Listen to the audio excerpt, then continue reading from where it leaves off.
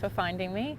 I'm so excited to share this journey with you that you have now commenced. So congratulations, because I know firsthand exactly what it's like to show up, to even go and purchase a mat, to roll that out and to set foot and hand and do your first downward dog. It's one of the most daunting things I think I have ever done. The practice is about you. It's about stripping back all the layers that you've put on yourself, all the beliefs, all the things that we tell ourselves. It's looking at that, and that's the workout, okay? That is where you start to make change in your life. When you are in a downward dog and you want to come out of it, or you are looking at the way you're coming into a pose and waiting for the next pose, or you find yourself thinking about Friday night while you're in a warrior pose, for example, that's where you start to learn about how you work, what is unique about you, and then you can start to make choices and work out whether it's actually serving you or not. Is this the belief I have around not being good enough and comparing myself to other people on the mat? Is that actually serving me anymore? So that's what I love about the practice. I love it. It brings things up for me still every day, every time I practice. I love it. I love seeing people make transformations, and you can see it in their face. You can see it in their energetic system when they're in a pose and they're trying to hold a pose, and all of a sudden they just come to peace with it. And they just have this acceptance of their body, of exactly where it is in that moment in time, regardless of your shape, regardless of your age. Don't believe it. Don't buy into any of it. You are unique. You are beautiful just as you are. That's what you get to learn once you start to practice yoga, as I have. And I'm so blessed for yoga, for helping me learn to love myself, because I know when I first came to do my first downward dog, I didn't even know how to breathe properly. I was pushing myself into poses and looking around the room and seeing these beautiful women in full plank positions, and they had these strong arms and they could do an upward facing dog, and I told myself I couldn't. I told myself that I wasn't strong enough, but I wasn't strong enough mentally then either. And over the weeks, the months, and now years, I've taught myself strength, and I am strong. I'm stronger than I first was, and I'm still building on that strength, and I have yoga to thank for that. It's also taught me to love myself and to accept myself just as I am, and I want you to experience that. So here I was on my mat comparing myself to people next to me, and I told myself that my arms weren't strong enough to do a full chaturanga, and yeah, sure, they weren't strong enough. I had to build that strength. But what I also had to build was the strength mentally, emotionally, spiritually. I had to address areas in my life where I wasn't really turning up. I was making excuses like I was on my mat that I couldn't do what that person did because I didn't have those tools. I didn't have the strength in my arms. I felt as though I needed someone to run my website, for example, or run the back end of my website. I didn't feel like I had the tools and the know-how and the ability to do that. So what I really soon discovered was that what I was telling myself physically on my mat was also showing up mentally in my life. So it's taken years. It hasn't happened overnight. And I think that's the challenge for people, is that we can Google most things these days and have it in our mailbox by the following day, but you can't really get results like that physically, mentally, and spiritually overnight.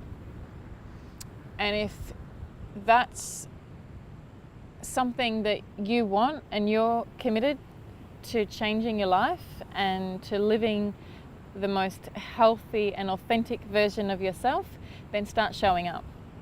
Start actually taking time out of your day every day to practice. And then what will happen is the practice that you're doing on your mat and physically filtrates into all areas of your life. You'll be doing yoga when you're having a conversation with a colleague at work. Not physically, mentally, because you'll be present in those conversations. That's how yoga's certainly changed my life. Yoga, I guess, also made me look at this victim place that perhaps I was coming from, this poor me. Why did this happen to me? I know that through separating from the person that I married and that I loved very, very much, that was certainly a dark time in my life. I know that I could have gone two ways. I could have become a raging alcoholic, but I chose yoga, and I chose to love myself. It was a really challenging year, and at the time I wondered, why on earth is this happening to me? Why did I attract this into my life?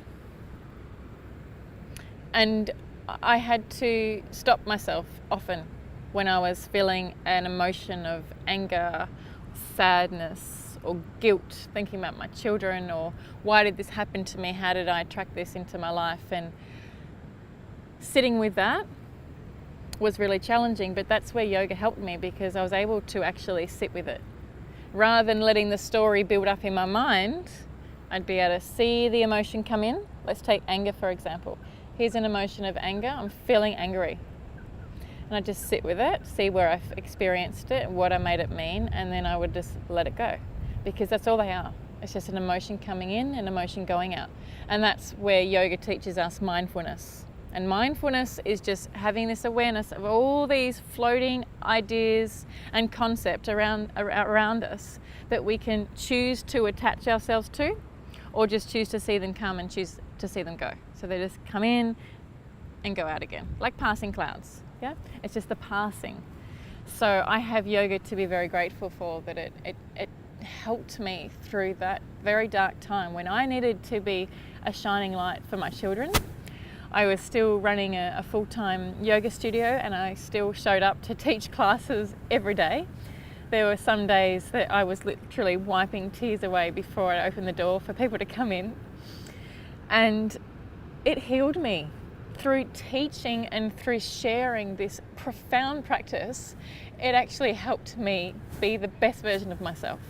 So rather than taking home the burdens of my life at the time and delivering that and sharing that with my children, I chose not to. And I chose to be my absolute best and to show them that regardless of what is happening in our lives, we can still find happiness, and we can still be content within ourselves when we love ourselves. And that's a big thing that came up for me, is that I needed to love myself, to stop looking around for people to love me or anything else to fill up that void, but it had to actually come from within. So by falling in love with myself, it didn't really matter if I didn't have anyone at the end of the day to go home and to be held, because I was holding that space for myself. So it's taken me a lot of years to get to that place, and I certainly don't think I would have done it without the help of yoga. I think yoga has really helped me become a better mother as well. For example, when one of my children come up to me upset about something, then we just sit and explore that, rather than blocking out their feelings or telling them not to cry. I've learned that crying is just energy. It's something that needs to be released, and it's beautiful. It's a beautiful emotion to have and to be able to share. So yoga has taught me how to sit and be patient and be in the present moment with my children, which I know in the past I haven't been. I was that person that was sitting texting someone while I was in the conversation with somebody else, and trying to do two things at once, believing that multitasking really is the latest thing to do, when in fact it's not. We are only who we are right here in this moment. So I try to use that yoga when I'm spending time with my children. We go out in nature and we just play. So I'm really grateful that yoga has taught me that. It's certainly helped me through my pregnancies, through childbirth, through raising young children, breastfeeding, the way in which we go about our days, how we make healthy food choices, And rather than buying into the story and feeding ourselves whatever it is that we should or shouldn't be having, we just listen to our bodies and we eat the food that agrees with us most, and we talk about how we feel after we've eaten a carrot. And that's something that I wouldn't have known before finding yoga and adapting all those yoga tools to motherhood. So that's why I started this website, because clients were leaving my studio and either traveling or moving interstate or moving into another suburb and couldn't access my classes. And so I decided to start filming classes and did that, and then have had so much feedback that I'm now pretty much delivering whatever it is that clients ask for. So what's been really popular is the 5, 10, 20 minute, 30 minute flows. So there's plenty of them in my library. And then they're all themed as well. So there might be a hip opening theme, a shoulder strengthening theme. So depending on how you're feeling in the day, you can jump onto the library, choose the time that works for you and the theme for the day, and roll out your mat and press play. It's that easy. And I just hope that inspires you to keep up a regular practice. I want you to feel what I get to experience every day. So somewhere, wherever you are on the other side of the screen, welcome to the practice. I hope this is something that you stick to.